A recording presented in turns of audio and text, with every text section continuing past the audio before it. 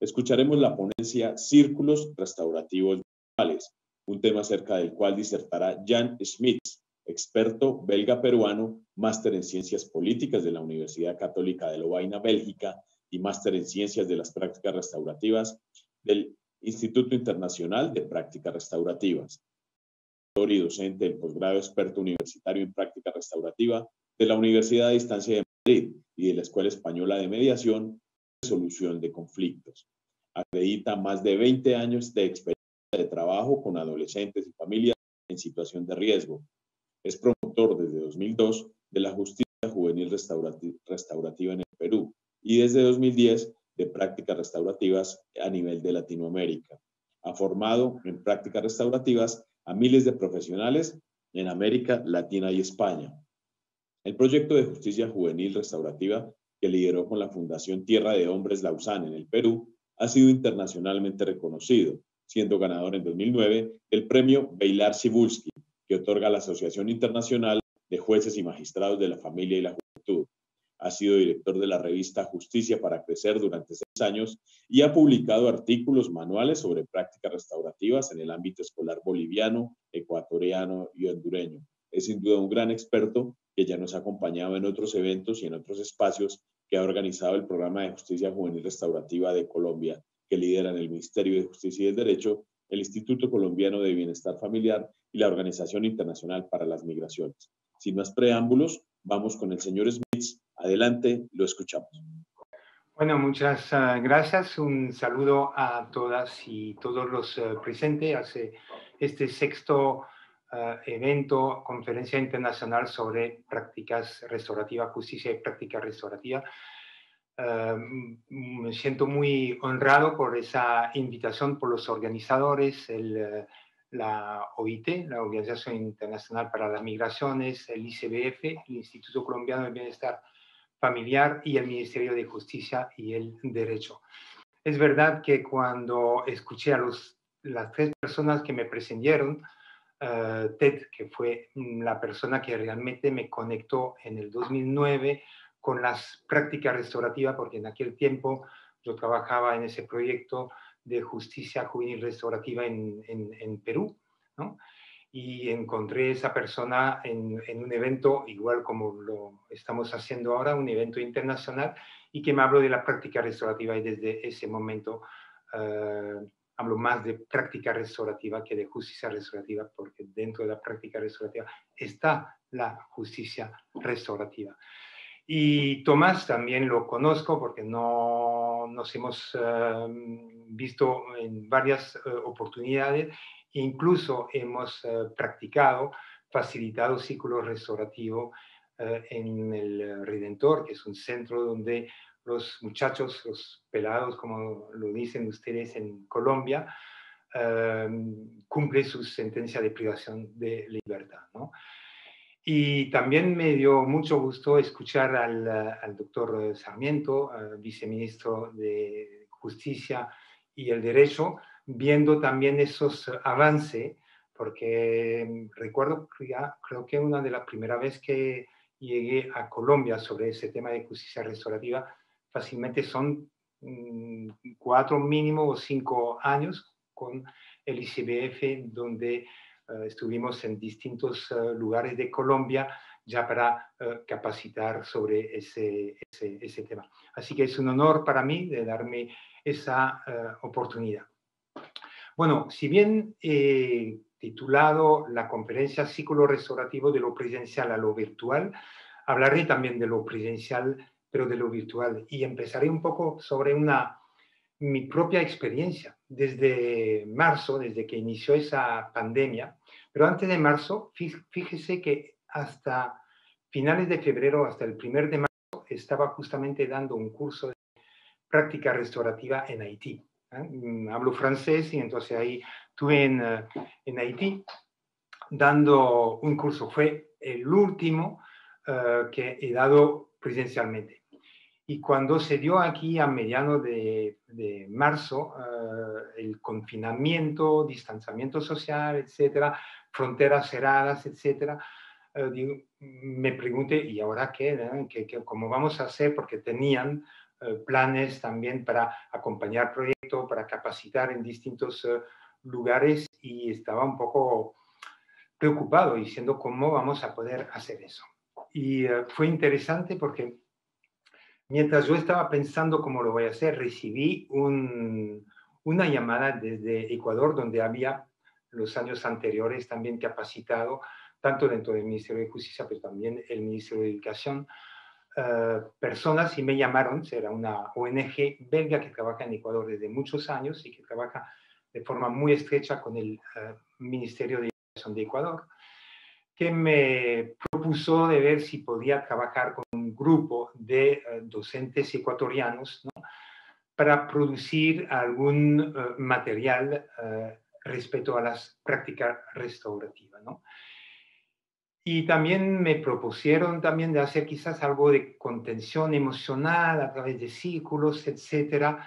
La verdad que me sorprendieron y dijo, wow, me interesa, pero honestamente no lo había hecho nunca, es decir, nunca de forma virtual. Bueno, digo, y hay que comenzar, ¿no? Entonces he dicho sí, pero también tenía que reconocer que dentro de mí había esa preocupación, etcétera. Y empecé un poco, a medida que el tiempo pasaba y que iba a comenzar eso, tuve que buscar en internet, tomar contacto con algunas personas. Y hay una persona que conozco personalmente, pero sobre todo también a través de sus escritos, que se llama Kay Pranis, que había escrito unos días antes un artículo sobre los ciclos restaurativos de forma virtual, que me inspiró, y luego, bueno, había adaptado algunas cositas y nos lanzamos. Y es importante quizás que le comento eso porque era un grupo de 12, 13 personas con quien iba a trabajar, y he trabajado 6 meses con ellos. 2 veces por semana nos reuníamos virtualmente, y siempre hemos empezado haciendo círculos para conocernos, conectarnos, para expresar también cómo la estamos pasando con esa pandemia, porque cada uno tenía sus propios problemas personales, familiares, además del trabajo, etc. Si bien nunca estuvimos de forma presencial uno al lado del otro, hemos conectado, fue impresionante, y la verdad que he aprendido mucho de esa conexión virtual sana y fuerte, aunque siempre lo he dicho, nunca reemplazará lo presencial, de estar en contacto, de respirar el mismo aire, de poder abrazarnos, tocarnos, como en Latinoamérica tenemos esa costumbre realmente de esa cercanía, de esa afectividad, ¿no? Y es ahí que me lancé y aprendí mucho, y reconozco también que en el camino hicimos errores, pero aprendimos también de esos errores, ¿no? Entonces, por eso que llamé mi conferencia de lo presencial a lo virtual, aunque lo que voy a hablar también va tanto por lo presencial como lo virtual. Las prácticas restaurativas sí crecieron desde sus raíces en la justicia restaurativa. Y es cierto, bueno, lo que han dicho, si bien he empezado en el sistema penal, trabajando con adolescentes en conflicto con la ley, con las víctimas, pero un porcentaje mínimo de víctimas.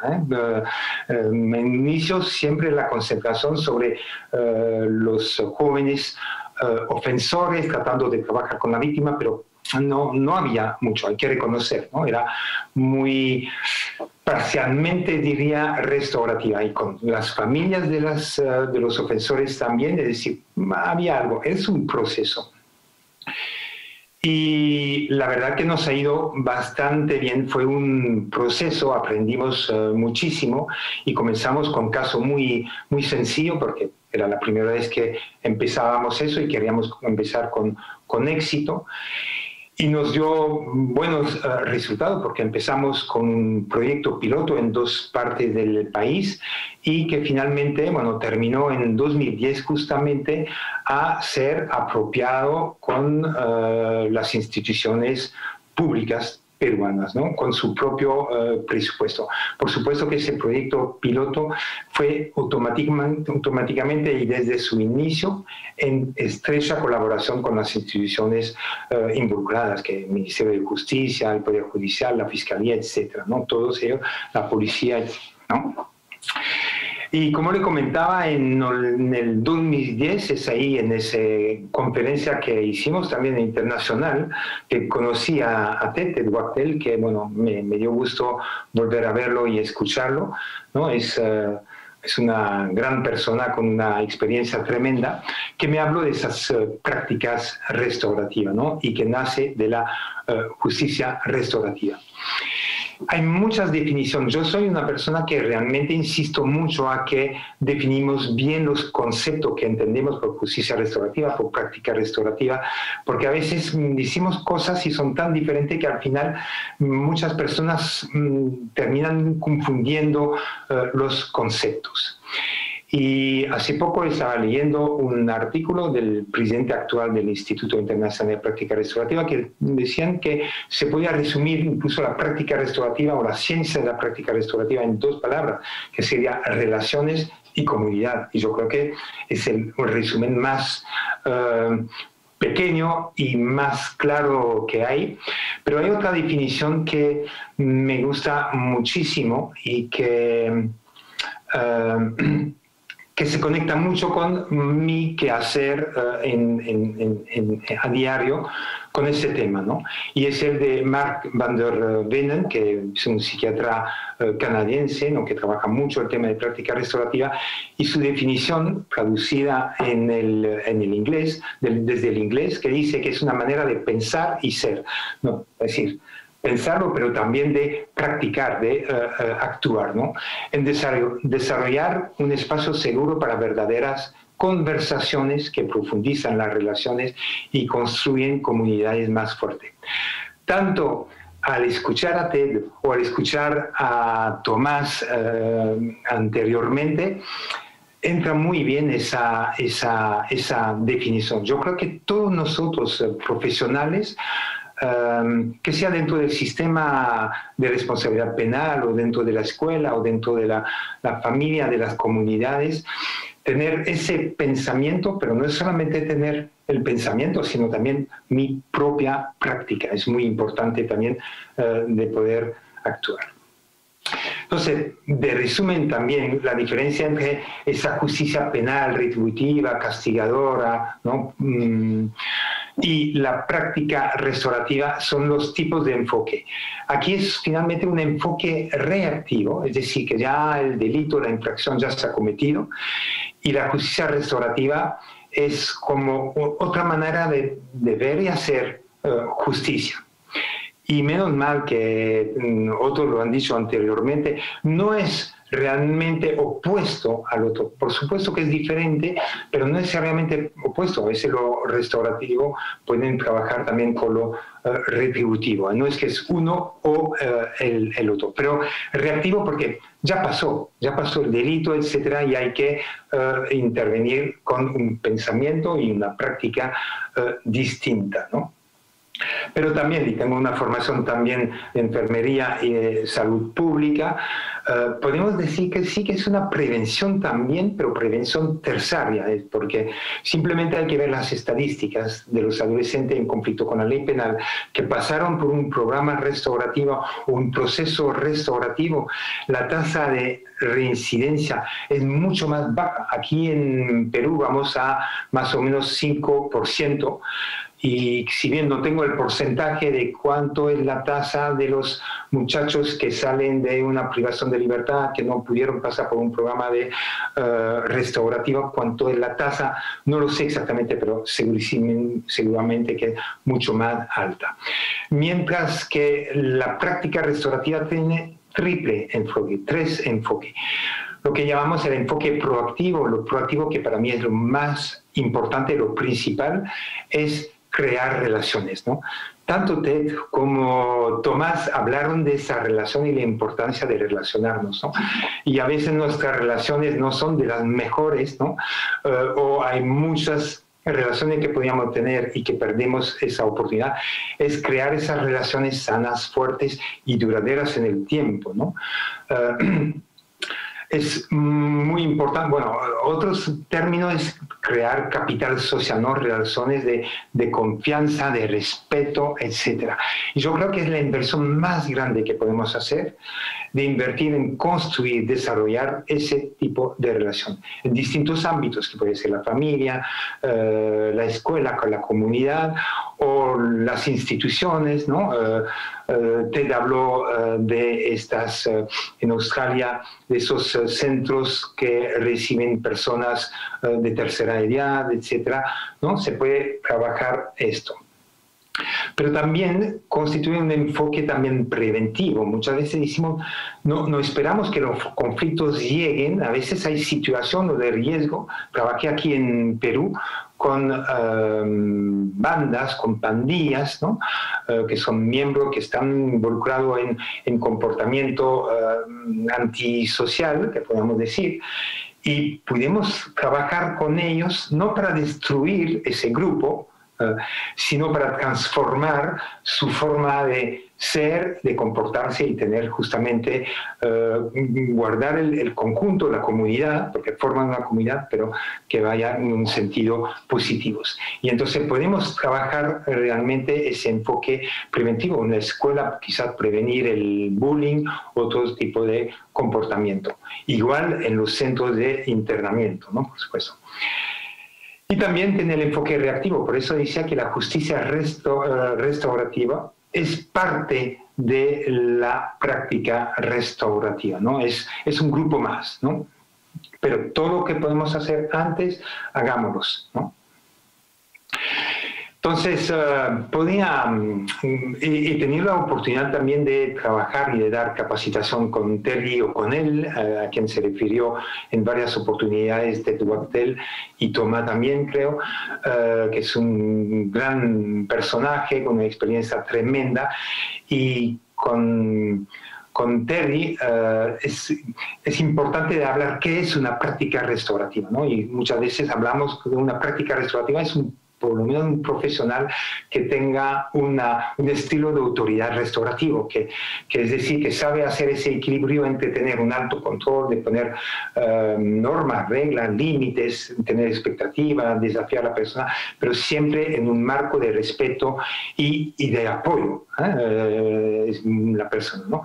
Y es ser restaurativo y tratar de mantener las dos. No está tan fácil, no es porque hace años y años que yo personalmente trabajo ese enfoque restaurativo que soy una persona restaurativa todo el tiempo, que no, a veces me bajo y soy permisivo o autoritario, pero por lo menos ese aprendizaje sobre ese estilo de autoridad me permite de saber, por lo menos cuando salgo de ese cuadro restaurativo y que me voy más bien hacia el autoritario y puedo por lo menos frenar porque soy consciente que no estoy actuando en el cuadro correcto. Una profesión también restaurativa, un profesional restaurativo, una profesional restaurativa es alguien que crea esos espacios donde la persona siente que tiene voz y que esa voz sea escuchada, ¿no? Crear, bueno, los círculos o preguntas, pero que aprendemos realmente a escuchar. Creo que Tomás profundizó bastante en ese tema. También Tomás tocó también el tema de la importancia de las preguntas, sino cualquier pregunta, ¿no? Por eso nosotros muchas veces decimos tenemos que aprender a ser socrático. ¿Qué es ser socrático? Socrático era una persona... Si bien era filósofo, educador, pero era un artista de hacer la pregunta, y buena pregunta que empujaba a la persona a reflexionar sobre su posición, su pensamiento, su actuar, ¿no? También sus preguntas eran provocativas, pero en el buen sentido, para que la persona incluso responde a sus propias preguntas, y en eso van las preguntas restaurativas, y Terry O'Connell construyó esas preguntas restaurativas para confrontar tanto a las personas ofensoras o a las personas también víctimas de una ofensa, ¿no? Y luego otra cosa que un profesional, una profesional restaurativa, es tomar en cuenta los afectos y crear también los espacios donde la persona puede expresar lo que siente, que sea algo positivo, agradable, pero también que sea algo desagradable, negativo, cuando hay algo que le afecta, que le molesta, que es importante que creamos esos espacios seguros donde se puede hablar. Y hay que reconocer también que en nuestro continente tenemos dificultades a expresar nuestras emociones, ¿no? Tomás lo ha explicado brevemente, ¿no? Las prácticas restaurativas como técnica, como herramienta, es una caja y hay varias herramientas. Un momento Ted decía, bueno, me gustaría tener como si pudiéramos empujar sobre todos los botones a la vez, ¿no? Algunas prácticas son informales, otras formales.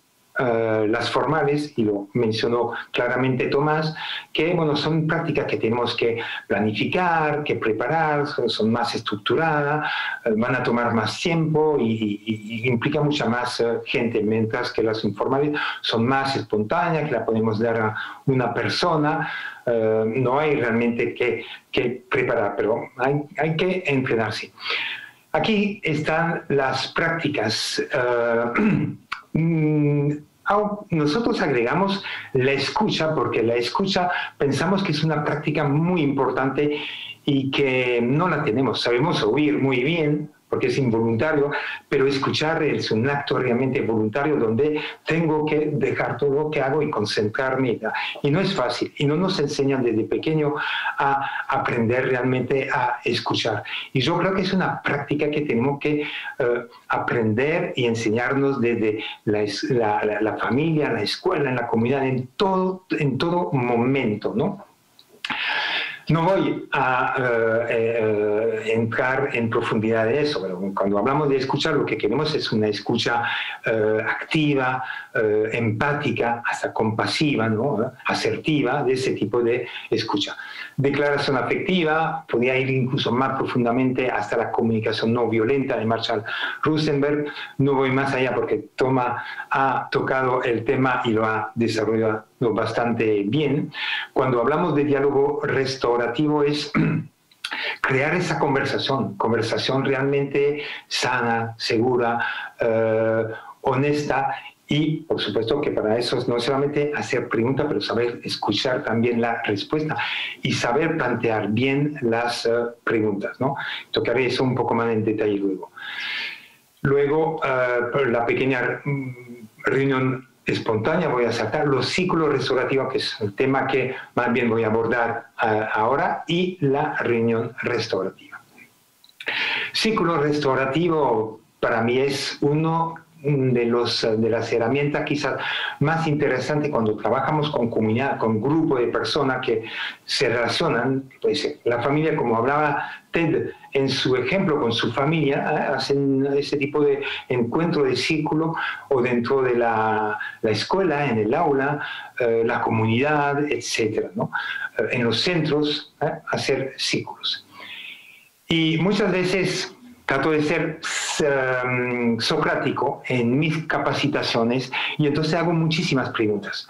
Porque al hacer preguntas es que parto que todas las personas que me acompañan o que va en una de mis capacitaciones o acompaño en un proyecto, tiene algún conocimiento o alguna experiencia que lo que queremos es que la pueden tener en un espacio donde lo puede compartir y que los otros lo pueden escuchar. Lo que queremos finalmente es un desarrollo, un aprendizaje colectivo y compartir. Por supuesto que podemos tener opiniones, pensamientos, ideas diferentes, pero es aprender también, y es lógico. No tenemos que estar de acuerdo en todo, sobre todo los temas que Ted abordó, ¿no?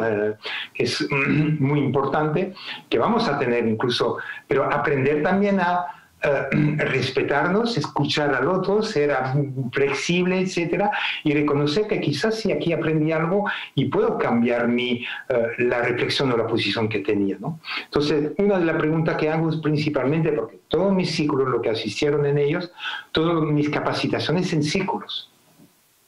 Y pregunto, ¿por qué el círculo? Yo podía decir, ¿saben por qué estamos en círculo? Porque el círculo es igualdad, que todo el mundo está al mismo nivel, no hay uno más importante que el otro. No, no, no. Lo que queremos es que la gente salga. Y son capaces, y lo dicen muy bien, que el círculo finalmente es igualdad, no hay uno más importante que el otro. Que el círculo crea confianza, fomenta confianza. Y es verdad, aunque los primeros círculos que vamos a hacer no crea confianza, yo diría incluso crea desconfianza, hasta que la persona no han participado en varios y que se dan cuenta que sí que es un espacio sano, donde nos respetamos, etc. Pero al inicio no es tan así. Y además estamos expuestos, entonces hay que crear esa confianza, ¿no? También es un espacio donde hay responsabilidad. Podemos pensar en varias cosas. Le estaba comentando que aquí cada uno tiene conocimiento y experiencia. Tenemos la responsabilidad de compartir ese conocimiento y experiencia y crecer, hacer crecer y aprender de los otros. Responsabilidad en nuestro actuar, nuestra participación en el círculo, respetar la forma, aprender a escuchar, etc. Es parte también de nuestra responsabilidad. Los círculos definitivamente es conexión. Nos vemos, la conexión, la comunicación no solamente verbal, sino no verbal. Lo ven conmigo, le estoy dando esa conferencia, pero muevo muchísimo las manos, es una forma también de comunicar, ¿no? Si hay confianza, habrá seguridad, que la gente lo que queremos es que se sienta bien aquí, que se sienta que puedo expresar cómo me siento aquí, incluso sobre un tema que me afecta, ¿no? Y finalmente el círculo crea ese sentido de comunidad. Nadie puede decir que dónde empieza el círculo, dónde termina. No hay un inicio, no hay un final. Un círculo es un solo objeto, es uno. En un círculo se dan cuenta que hay ninguna esquina donde podemos escondernos. Estamos bien expuestos. Entonces, haciendo preguntas, y vamos a ver que la persona ya se siente considerada, implicada, escuchada, y es lo más importante, es el primer tipo de relaciones. Pero, ¿qué pasó?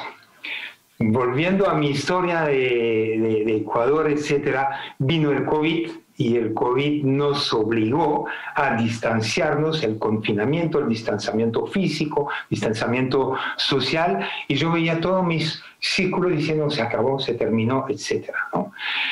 Y bueno, lo interesante del COVID, mire bien, si bien es un virus bastante irónico, porque de una parte nos ha obligado a distanciarnos, a separarnos, pero por otra parte, y estoy seguro que le ha pasado a todos ustedes, yo creo que nunca nos hemos comunicado, quizás más ahorita que gente, a ver qué pasa con él, espero que estén bien, y o un WhatsApp mandamos, o quizás una videollamada, pero hemos vuelto a conectar.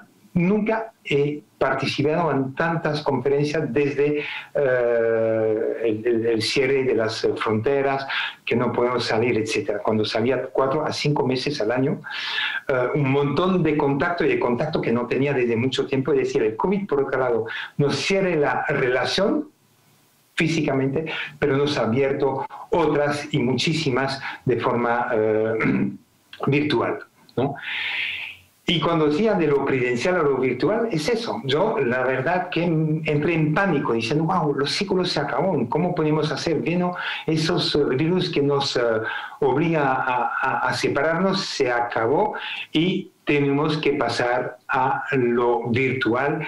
Y lo virtual hasta que ese virus se va definitivamente, que tengamos la vacuna y que volvamos como antes.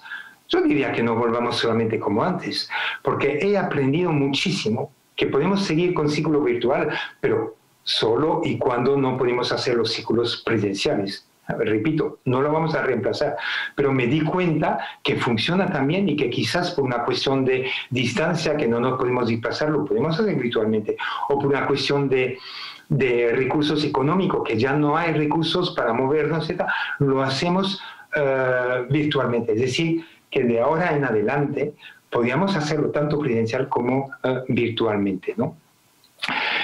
Y con la experiencia trato de mostrar un poco la diferencia que he podido percibir entre lo presencial y lo virtual, ¿no?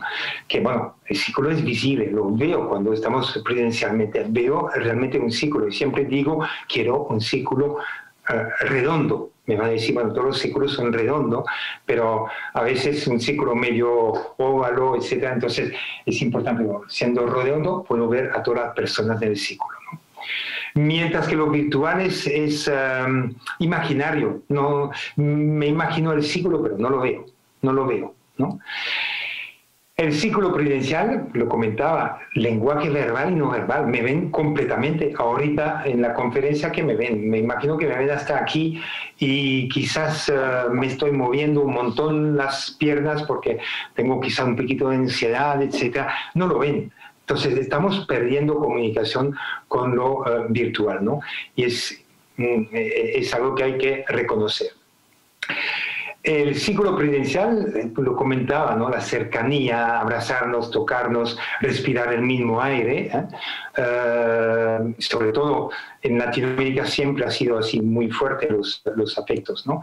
Mientras que aquí es una atmósfera, un clima mucho menos cálido, ¿no? Hay que reconocerlo, ¿no? Lo presencial, cuando son los primeros círculos, no está tan fácil. Estamos expuestos ante el grupo, la presión un poco del grupo no es fácil, salvo que ya no conocemos, que sabemos cómo funciona, estamos más relajados, pero en el inicio no es tan así. Mientras que en los círculos virtuales nos estaban mirando que había 500 personas que están siguiendo, más de 500 personas. Se imagino si veía 500 personas frente a mí, no estaría quizás tan cómodo como lo estoy aquí en mi casa, relajado en mi zona de confort, es quizás más fácil, ¿no?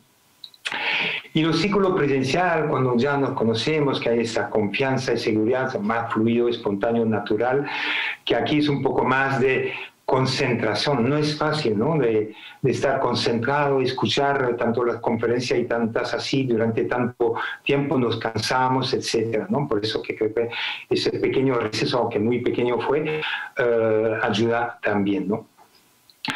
Círculos virtuales se pueden hacer muchísimos en el trabajo. Tomo el ejemplo en Ecuador, pero no solamente en Ecuador, he trabajado también aquí en Perú con docente que participaba en un diplomado sobre la prevención de trata en el Cusco, y siempre también empezamos a hacer círculos y preguntas para todo el tema de contención emocional, cómo nos sentimos, y la gente se sentía conectada. Lo hicimos lo mismo en Ecuador y lo mismo también con personal en Honduras, con la cooperación americana con quien he trabajado en el Ministerio de Educación. Con los adolescentes y los jóvenes, con grupos, cualquier grupo, asociaciones de jóvenes, de mujeres, se puede, todo grupo donde hay relaciones podríamos hacer eso, incluso familiares, amistades, y seguramente que se ha hecho, ¿no?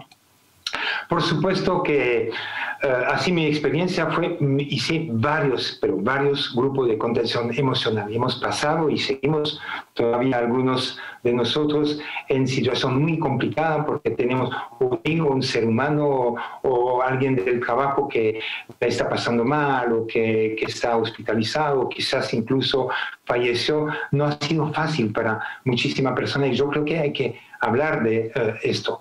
Y todo nuestro personal del ICBF es importante también cuidar al cuidador. No podemos esperar que cuidan bien a todos nuestros adolescentes si a ellos mismos no lo hacen, ¿no? He podido trabajar de forma online, pero de una forma muy cooperativa, productiva, con el personal en los proyectos durante esos meses. Hemos producido un material fabuloso de video animado sobre la práctica restaurativa, cartillas, póster e incluso dos guiones o manuales sobre práctica restaurativa, ¿no? Los círculos restaurativos finalmente son espacios que hay que crear, donde la persona, un espacio sano, seguro, donde nos hagamos ese bienestar y que podemos ser escuchados. Dominic Butter, que es un inglés muy experimentado, que trabaja muchísimo el tema de justicia, práctica restaurativa y principalmente en Brasil, dice que ser escuchado es una necesidad humana básica. Tal como comer, beber, dormir, es igual. La persona necesita ser escuchada, no tener voz y poder ser escuchada. Y el espacio de un ciclo es eso, que cada uno tenga voz y esa voz puede ser escuchada. Por ejemplo, para realmente poder ser escuchada usamos muchas veces ese objeto de diálogo, que el que la tiene es la persona que tiene la voz, ¿no? Dos tipos de ciclo, no voy a entrar muy en detalle de eso, pero hablamos de ciclo secuencial, otros ciclos no secuencial. Secuencial es que esperamos que todos puedan responder a la pregunta que el facilitador puede hacer. En ese caso es una pregunta bastante sencilla, que no va a crear incomodidad y que esperamos que todos puedan contestar. La no secuencial es quizás una pregunta donde esperamos también una respuesta un poco más profunda y que quizás que no todos tengan una respuesta a eso, entonces más bien los que desean responder, ¿no? A veces también, bueno, las personas prefieren escuchar primero a algunos antes de contestar. Es decir, ahí es importante saber si será secuencial o no secuencial, ¿no? Es importante crear normas en el ciclo y si queremos ser realmente completamente restaurativos, es esencial que esas normas las creemos en el ciclo mismo. Podemos hacer primeros ciclos sin normas para que la gente misma se dan cuenta que aquí estamos hablando todos juntos, que estamos criticando, que no aceptamos una idea que sea diferente de la nuestra, etc. No es tan mal que eso pueda ocurrir, porque luego podemos hablar de cómo nos sentimos, cómo nos desarrollamos en el ciclo y luego qué podíamos crear como normas para evitar todo ese tipo de cosas y comprometernos a aplicarlos, ¿no? Y es así que nos volvemos realmente responsables, ¿no? Hacer una apertura, a veces quebrar el hielo, y ahí aprovecho, hay lindas preguntas. Me gustó la pregunta también que presentó Tomás, y algunos no conocían, entonces no paro de aprender. Y yo muchas veces donde voy a dar un curso, me gusta pedir si hay posibilidad de hacer un círculo de verdad con el grupo. Por eso que hace unos años con Tomás fuimos en el Redentor y nos pusimos en círculo con unos 12, 13 pelados que ni él ni yo conocíamos, y para hacer círculos. Pero imagínense que esos chicos primero un poco también temerosos, ¿por qué nos ponen así, qué tal, etcétera? Pero no saben, el objetivo que teníamos con Tomás era crear relaciones, conocernos, conectarnos, y nada más, no era para hablar de problemas o de cosas así. Y una de las preguntas que recuerdo decía, ¿se conocen ustedes? Bueno, algo y tal, y se conocen bien, bueno, a nosotros nos conocen. No conocen quiénes son ustedes. Bueno, entonces un juego. Y le dije, mire, le voy a decir 3 cosas sobre mí que aquí nadie sepa. 3 cosas sobre mí. Cortitas, pero le voy a decir eso. Pero de las 3, 2 son verdades y una mentira. Tienen que encontrar o las 2 verdades o la mentira, ¿no? Y entonces van y luego Tomás hizo lo mismo, y luego le pedimos a ver quién quiere jugar, y casi todos se ponen ahí a jugar. Y eso que es crear conexión, relaciones, y se siente como ya, ¿no? Y luego podemos seguir con otras preguntas hasta llegar a preguntas, no diría en el primer ciclo, pero si tuviera más tiempo con ellos, más posibilidad de hacer. Una de las preguntas que también me gusta hacer y que no se imagina todo lo que la gente puede decir, y sobre todo en centros donde los muchachos están con privación de libertad, cuando creamos esa confianza de decir, como facilitador, a ver, si cada uno, si desean, pueden terminar la frase que le voy a decir. Si me conocieran de verdad, supiera que yo, y termina la frase. Y cada uno puede poner lo que desea. Y son cosas que, para realmente, hay cosas que se dicen que uno no lo esperaba, ¿no? Entonces, crear eso. Y que los círculos no sean tampoco extensos, ¿no? 1 hora, 1 hora y cuarto, y si abordamos un tema muy importante, como por ejemplo la prevención del acoso, en cualquier lugar donde hay grupo, quizás habrá necesidad de hacer varias sesiones de ciclo, y mejor dividir, pero no que sea demasiado extenso y querer cubrir todo. Y hacer cierre del ciclo. Es importante cerrar el ciclo. Le mencionaba al inicio que Pranis es una gran facilitadora, ¿no?, de Arizona, pero que trabaja también y conoce Latinoamérica, estuvo en distintos países, y ella dice del facilitador o la facilitadora deja de ser el único poseedor del conocimiento para convertirse en un acompañante del aprendizaje. Y es verdad, nosotros tenemos que crear ese espacio donde permitimos a la gente de hablar de su conocimiento, de su experiencia, compartirlo entre ellos, y yo aprendí muchísimo de los círculos, y es fenomenal, ¿no? Entonces, cuando hablamos nosotros ahí en distintos lugares como Ecuador, los primeros círculos virtuales, hablamos justamente de ese tema emocional, y que las personas hablaban del aburrimiento, de la frustración, incluso cólera, a veces se exaltaba, que no podían dormir, que se levanta muy temprano, etcétera, el estrés, la angustia. Es importante que la gente pueda realmente expresar eso. Los círculos son buenísimos para eso. Pero no solamente hablamos de cosas ahí desagradables, sino también que la persona ha hablado también de qué pudieron hacer para contrarrestar eso. Y hubo muchísimos aprendizajes. Estoy seguro que muchos de ustedes quizás aprendieron a conocer, a cocinar, aprendieron un nuevo idioma, o leyeron un libro que hace tiempo que querían leer y que no tenían que leer. Es fantástico, ¿no? Otras personas empezaron quizás a reflexionar. Una de las preguntas que me hice durante eso: los países o los jueces que usan aún muchas veces la privación de la libertad como primer recurso, cuando muchas veces la ley es también clara para que sea el último recurso y que hay otras medidas alternativas a la privación de la libertad, pero que hay todavía esa mentalidad punitiva.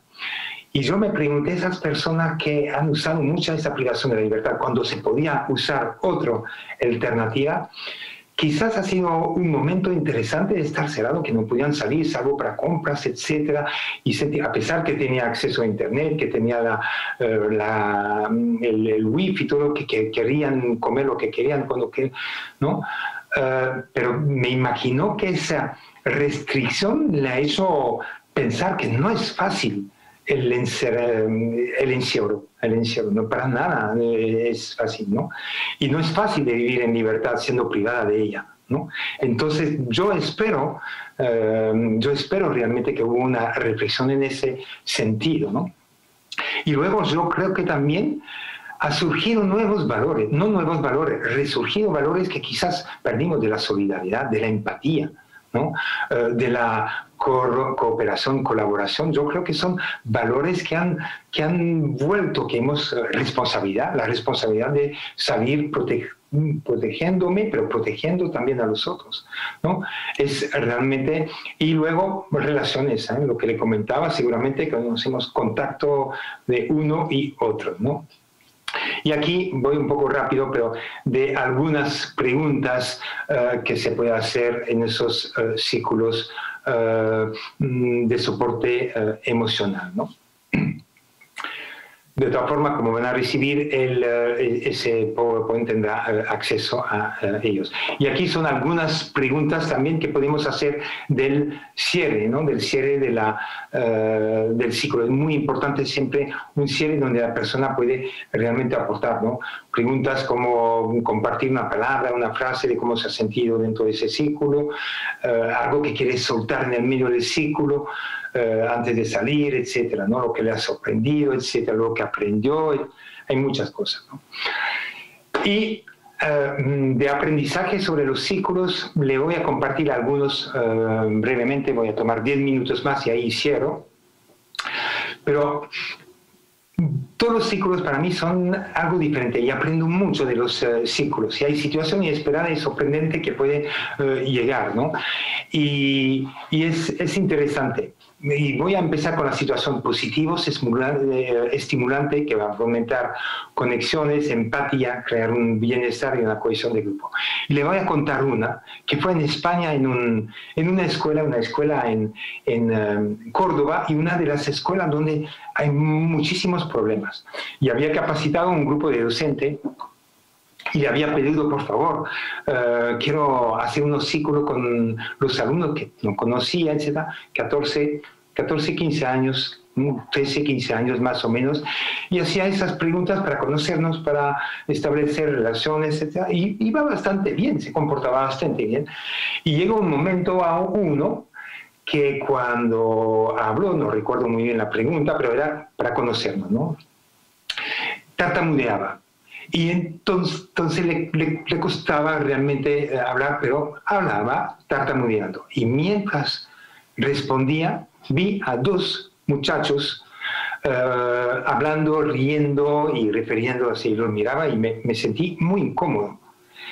Pero al mismo tiempo diciendo, ¿qué hago? Como, puedo tener experiencia en facilitar círculo, pero me sentí ahí un poco incómodo y decía, bueno, a ver, pasó ese muchacho y esos dos muchachos que se burlaban, también respondieron tal, y voy para una segunda pregunta. Y dije, vamos a ver la segunda cómo es. Llegando a ese muchacho que tartamudeaba de nuevo, sigue tartamudeando, y veo a unos dos muchachos siguiendo riendo a voz baja y mirándose, etc. Y mi incomodidad aumentó hasta un malestar realmente, y digo, voy a decir algo. Pero no sabía todavía cómo decirlo, si le voy a decir al... No, y no dije nada todavía. Y por supuesto que ese joven que tartamudeaba se había dado cuenta de eso. Y dijo, me comprometo a mí, en mi mente, que el tercer ciclo que hago, si eso ven, tengo que hacer algo. Y llegando al tercero, el muchacho que tartamudeaba, antes de responder, dijo así, recuerdo exactamente, dice, estoy harto, que se burlan de mí sin tartamudear. Sin tartamudear, porque habían visto a esos dos muchachos, y entonces estaba tan enojado que dice que no, que yo también puedo hablar como los otros, etc. Y los otros se quedaron ahí congeladitos, todo congeladito, hasta que otro estudiante empezó a aplaudir. Yo también decía que me sentí muy contento que ha podido decir cómo se ha sentido, cómo le molesta, etc., que es importante en ese ciclo decirle, ¿no? Y aproveché luego también de preguntar cómo se sentirían ustedes si mientras tal algunos... Sí, referirme a ellos dos. Aunque esos dos, fuera del círculo, he hablado con ellos. Y también expresé esa declaración afectiva de que me sentía muy incómodo, muy molesto cuando ellos se burlaban de eso. Pero le puedo decir que esos dos muchachos han aprendido mucho en ese círculo, tal y como también todos en el ciclo. Es un aprendizaje fantástico y me gusta compartir esa experiencia, ¿no? Provoca esa participación activa y auténtica. Pero también hay problemas que pueden surgir, ¿no? Pero antes del problema, ¿cómo es los círculos una práctica, una herramienta formal? Hay que preparar. Hay que anticipar incluso cosas que pueden surgir. Si voy a hablar, por ejemplo, de acoso, es importante diciendo cuidado, porque quizás pueden uno hacer una intervención, o sobre, por ejemplo, la integración o el género, el racismo, cuidado, puede tener gente que tiene posición distinta sobre el tema, entonces debo anticipar qué puede pasar, cómo actuaría, etcétera, etcétera, ¿no? Es la importante. Si hacemos eso bien, tendremos menos problemas durante el ciclo, ¿no? Prepararse bien con plan A, plan B, etcétera, ¿no? A ver, problema ahora que pueden surgir, o cosas sorprendentes, que no es realmente un problema, pero gente que se quiebra emocionalmente, y me ha pasado con Ecuador, con Honduras, en esos ciclos secuenciales de personas que había perdido papá y mamá. Una persona prudente perdió sus papás cuando ella trató de proteger a sus papás diciendo no salen de la casa, se protegen, yo soy la única que va a estar, y esa persona no se dio cuenta que finalmente se contaminó, sea asintomática, y que finalmente probablemente es ella que llevó esa, cómo se sentía ella, no sabe cómo pudo por lo menos hablar y ser escuchada. Lo importante ahí, nuestra práctica restaurativa, es permitir que esa persona puede expresar esas emociones. Y en este momento quizás es mejor que seamos silencioso, paciente, etcétera, y dejarla, ¿no? Por supuesto que si fuera un ciclo prudencial, lo hubiera ofrecido un pañuelo, porque estaba llorando esa persona, lo que no podía hacer de forma virtual, o tomarle la mano, o quizás tocar su espalda, decir que te acompaño en ese dolor, ¿no? o quizás decir algo virtualmente, quizás podría decir que siento mucho el dolor por la cual está pasando, no sé qué decirte en ese momento, gracias por compartir eso con nosotros, no sé, lo que hay que quizás evitar es decir consejo, que sobre todo si la persona no lo han aprendido, es un aprendizaje también que tenemos que hacer. Tenemos que apoyar, pero cuidado también de no ir más allá, ¿no? Nunca minimizar esa situación, nunca decir, bueno, es doloroso, pero vas a ver con el tiempo esa cosa va a pasar y será terrible, ¿no? Y preguntar si la persona se sienta bien para seguir o prefiere, si están dispuestos a seguir o prefiere esperar, etcétera, etcétera, ¿no? Hay que respetar, ¿no? Una persona que monopoliza la palabra. Puede hacer una pregunta y la persona no. Yo muchas veces digo, a veces es lógico. Yo recuerdo con Tomás en ese Centro del Redentor, había una o dos que tenían la palabra, ¿y por qué hablaba tanto? Porque era su momento. Nunca había tenido antes, entonces diciendo, es un momento y me lo guardo, ¿no? Entonces, de una forma así, pero por supuesto que en los diferentes ciclos que hay, es importante también dejar el espacio también para los otros, ¿no? Entonces, por eso que tenemos que aprender que quizás recordar las normas, que somos varios y que es importante que compartir ese tiempo también entre todos, ¿no? Si un participante habla mucho, quizás cuando termina de hablar, quizás recordar de tratar quizás de ser un poco más sintético para escuchar a los otros, que nos quedan solamente 15 minutos, etcétera, ¿no?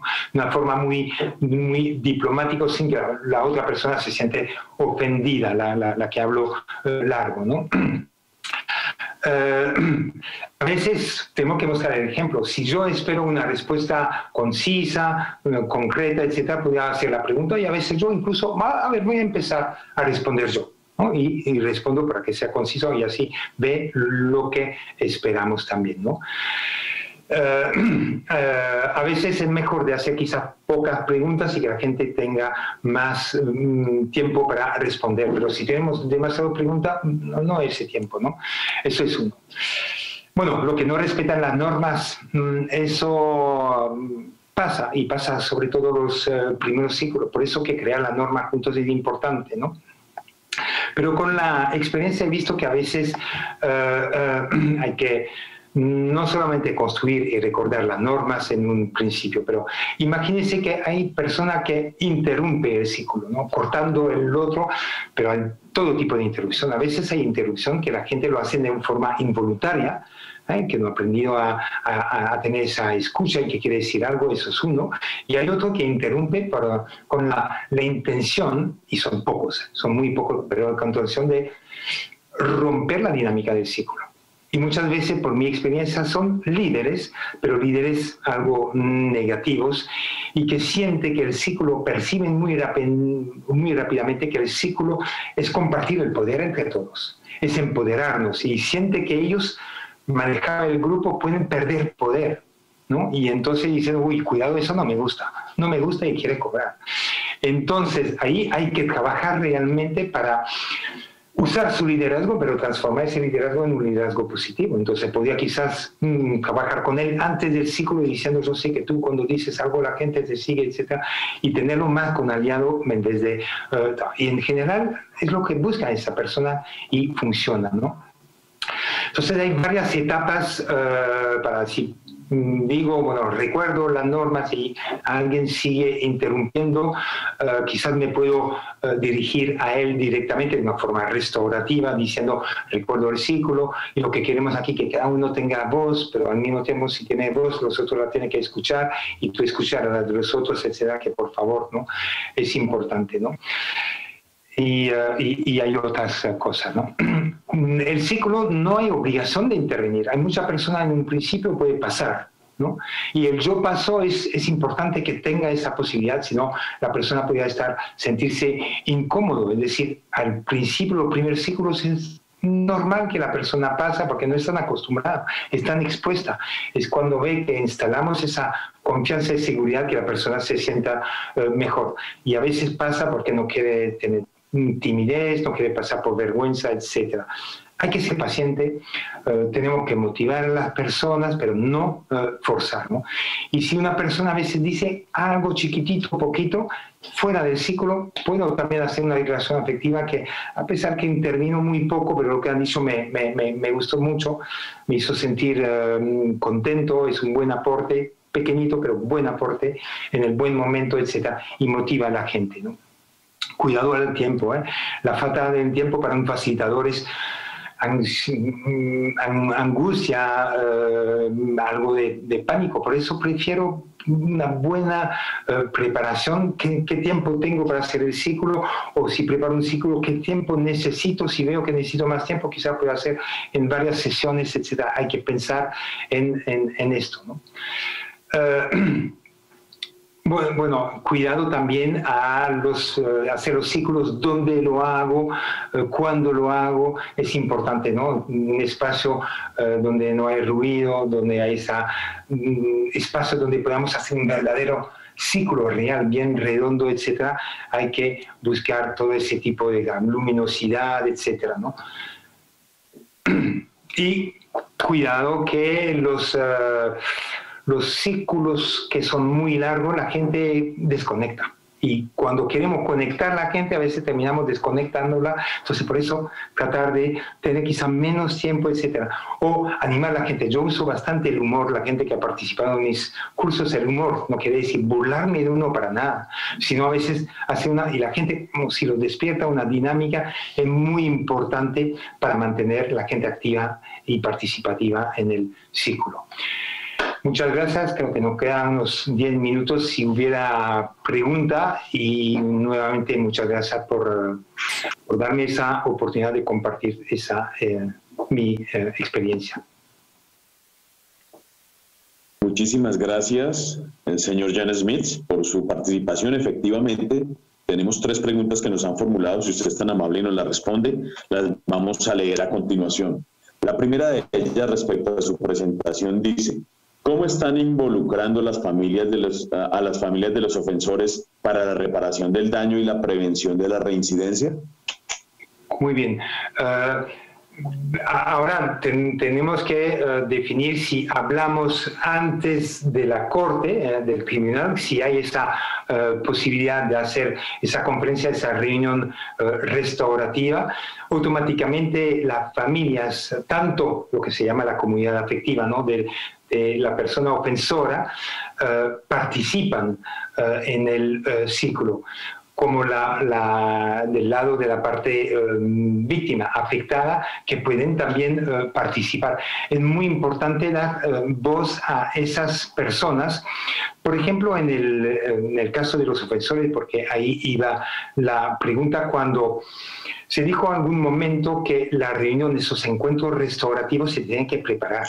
No es que, yo voy a hacer tal y de forma obligatoria, no, es voluntaria. Entonces tengo que hablar primero con ese ofensor, y para crear esa confianza, esa serenidad y entender, darle voz y saber si él está consciente que realmente su comportamiento ha afectado a varias personas de una forma o de la otra, y si está quizás dispuesto a asumir su responsabilidad, etc. Y si no fuera el caso, trabajar con él de forma restaurativa, pregunta restaurativa, etc., para quizás que tomen conciencia antes del ciclo. Imagínense que sí, pues al final acepta, y es importante que no vaya solo, que vaya también con persona acompañada. Y yo tengo que trabajar también con ellos, pero darle la posibilidad a quien te gustaría que te acompañe en ese encuentro, como puede ser familiares, puede ser amigos, etc.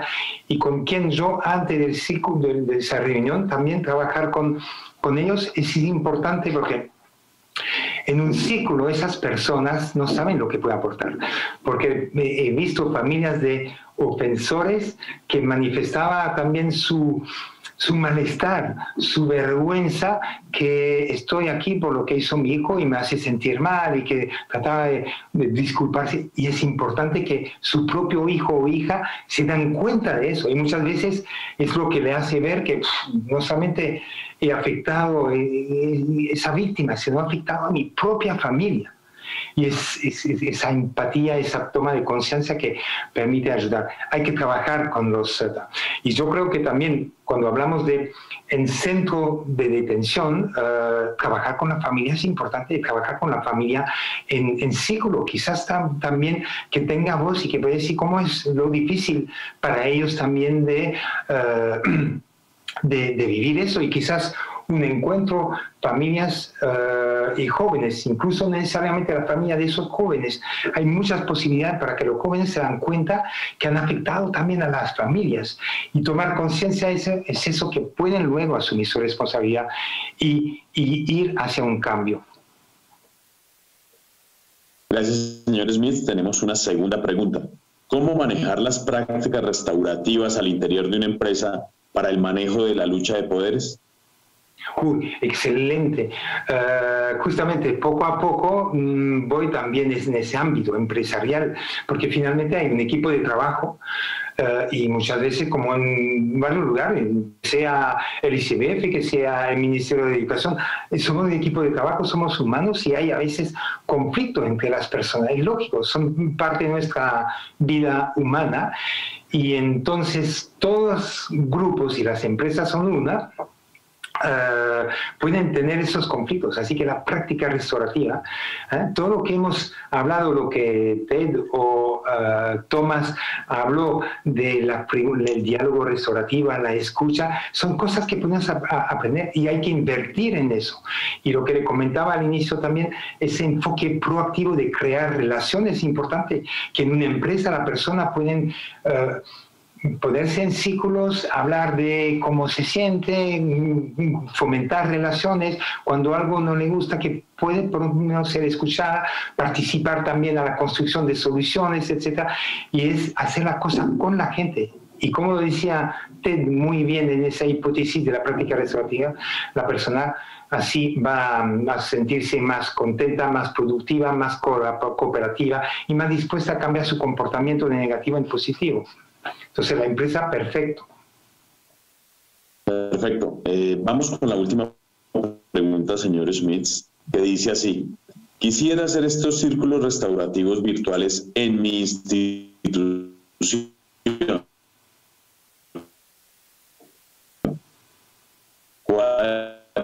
¿Cuáles recomendaciones me brindaría?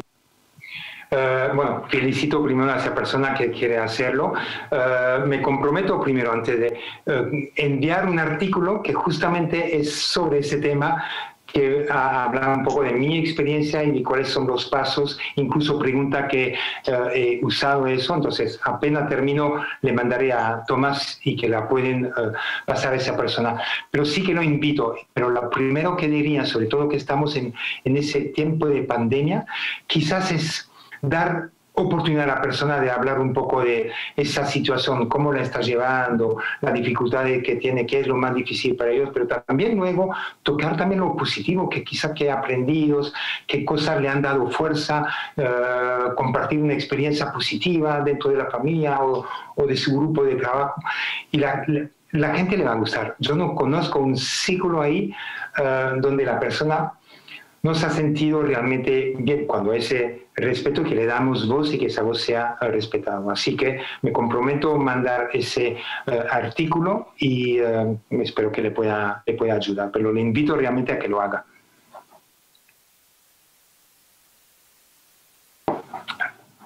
Hay un pequeño problema de conexión de Wi-Fi, por eso que no lo escucho bien. No sé si me han escuchado.